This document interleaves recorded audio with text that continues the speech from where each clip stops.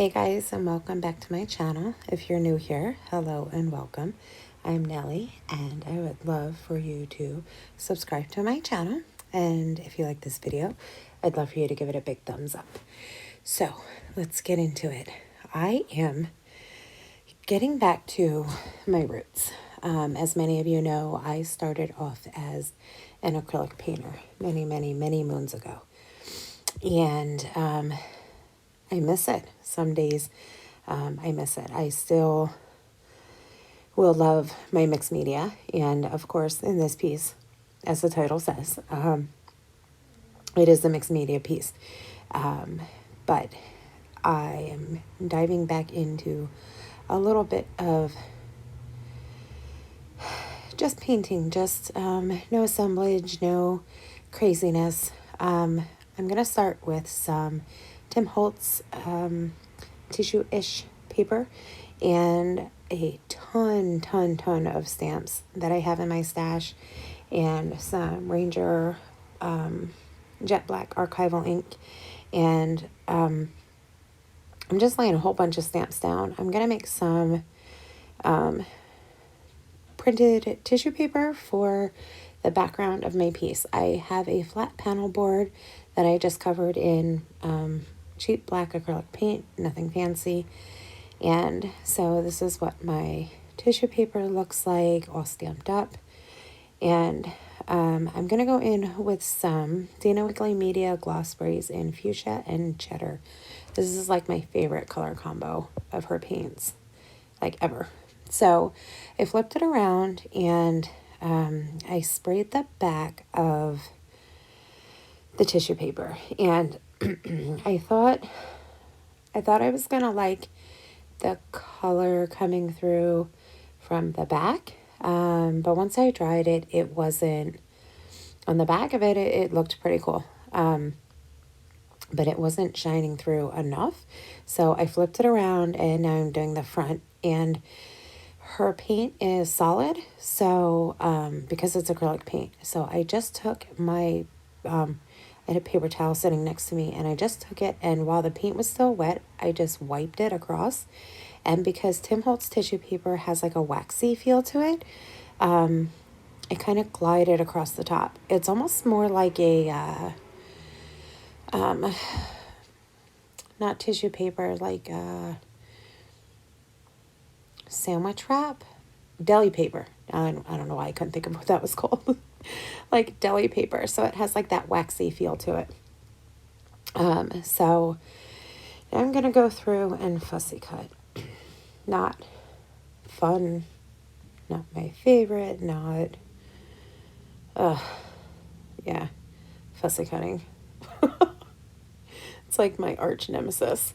But not anything fancy fussy cutting, just kind of roughly cutting up the stamped images and chopping them up. I didn't need anything precise or exact, just trimming up the edges of these pieces. And I thought I had my camera on record. Apparently I didn't. So I just laid all these down onto the canvas with some Liquitex matte medium. Wonderful technology. So now I'm going to go in with some modeling paste or molding paste. This is from Bad Girls Couture. One of my resolutions this year is to use my stash, because my goodness, I have a stash, and I think we all do, and I'm going to use it. I said last year I was going to use my stash, and I did pretty good last year with using up a lot of what I had in my stash. A lot of that had to do with COVID and the fact that I couldn't go out and go shopping. That didn't stop me from ordering from online and getting things shipped to the house. But I'm going to use it. So, I mean, this is a huge tub of modeling paste, and it's just sitting there. So I'm going to use it, and I'm going to lay it on pretty thick. So I'm just putting it down. You might think that I'm covering up a lot of what I have down on the canvas, and I kind of do. With this piece, it kind of took on from start to finish, it took on kind of a mind of its own, if you will. It just kind of went in one direction and then another and another. So I just kind of went with the flow and went with how it was going to come about. So now I'm just taking a baby wipe, and I still wanted some of that black to show through. So I'm just going to take the baby wipe and kind of scrape off where I still wanted some of that black to show through. And not only does this help the color show through, but it also gives more of like, it gives more texture, and then it gives you more of visual stimulation. It's more pleasing to the eye, gives you more to look at. And it gives you more like depth to your abstract piece without actually really doing anything. So I do plan on my next workshop. Oh, here we go. Next step, Deco Art Media crackle paste. Excuse me. I'm just going to add that here and there in pretty much big globs because I like big cracks. I do plan on my next workshop. I will be planning on working on a abstract workshop. So I will have some posts on my social medias and in the community tab on YouTube for my abstract workshop that I have coming up. So if you're interested, let me know. That will be either probably the end of January. Okay, so now the fun part. This is where we're going to get messy. I have distress crayons. I have gelatos. My gelatos I've had for years. My distress crayons I've had for years. And they've been sitting in my studio collecting dust. Like, I legit had to blow the dust off of my basket full of gelatos. So it's time to use them and put them to work. So I'm just gonna lay down color with my distress crayons. I'm gonna lay down my solid black lines first because I knew I wanted some shadowing, and I knew I wanted that with some solid black lines through the piece. And then I'm just gonna go through with color, and it looks like I'm scribbling, and essentially I am. I'm just picking out the colors that I want and putting it down. Everything, all the mediums that are already on the piece are already dry. But I'm going to go in, excuse me. At first I went in with gesso, with white gesso, and it was just covering too much. It was adding too much white to the piece. I didn't want it as light as it was getting. So you'll see in a second, my trusty little handy container of white gesso. But you'll see when I start painting with gelatos and anything that's water soluble, if you add something over top, like the white gesso, it's going to blend them out real nice. But it was just adding too much white in there, and I really wasn't going for such a light look to it.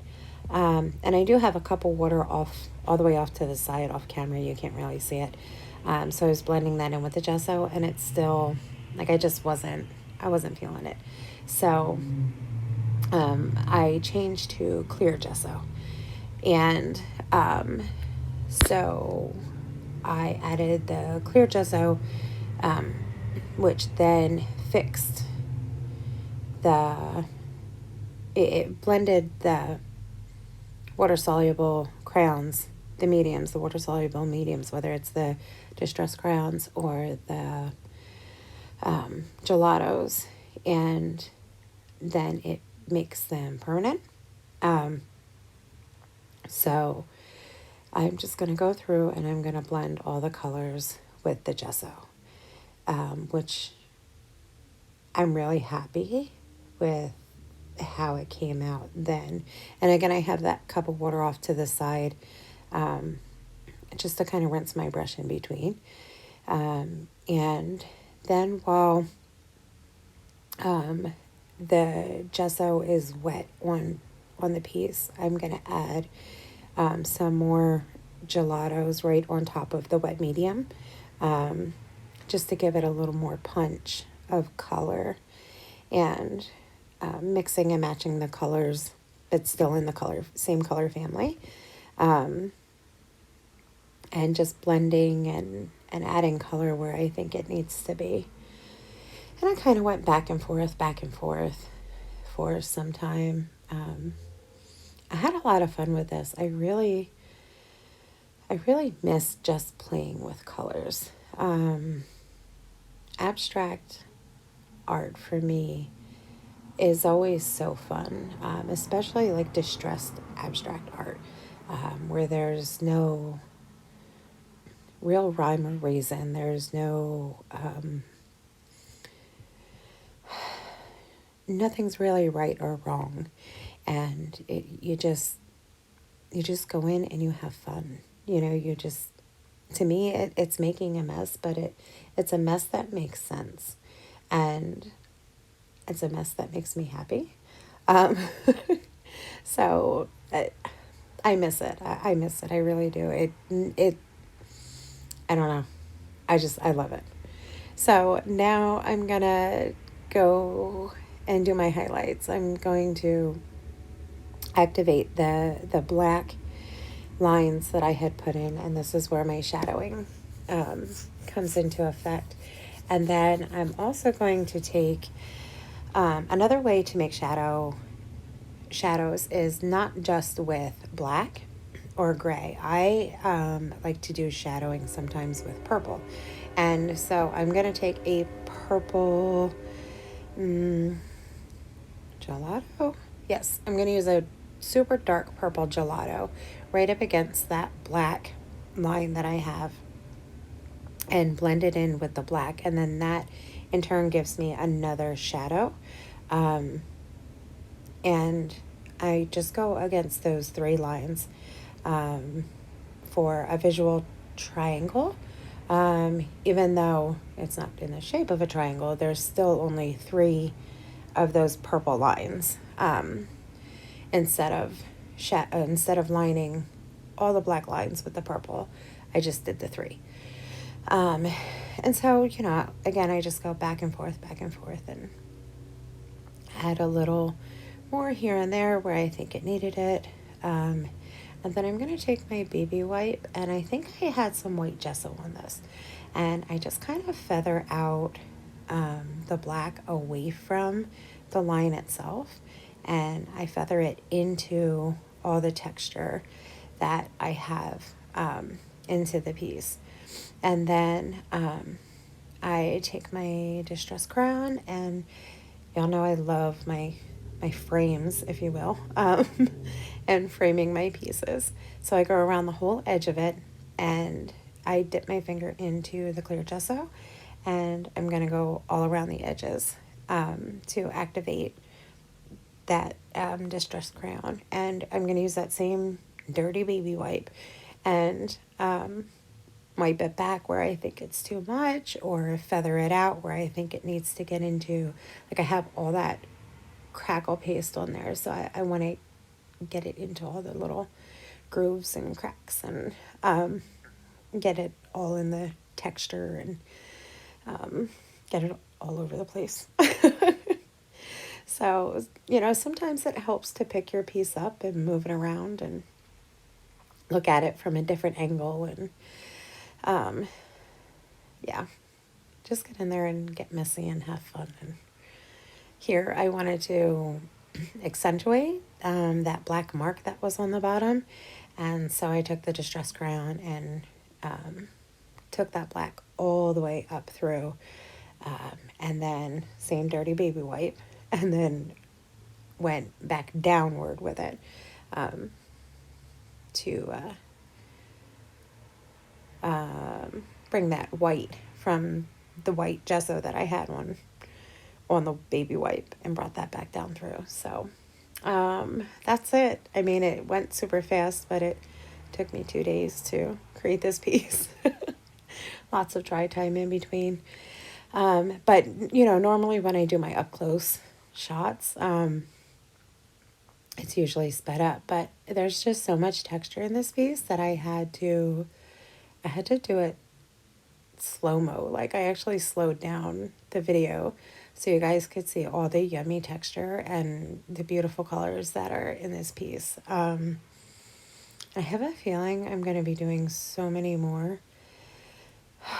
I miss it. I really, really do miss it so much. And it felt good. It felt like this is when I say, and I've said this for a little while now, I think I need to start making art for me again. I get so wrapped up with work art, and I get so busy with commissions and design teamwork and working for clients and stuff like that, that I don't have time for me and creating for me. So this is one of those pieces that I create for me. So it makes me happy, and I hope it makes you guys happy too. So thanks for watching, and I hope you enjoy. If you like it, I'd love for you to give me a big thumbs up and subscribe if you haven't already. And I will catch you guys in the next one. Bye.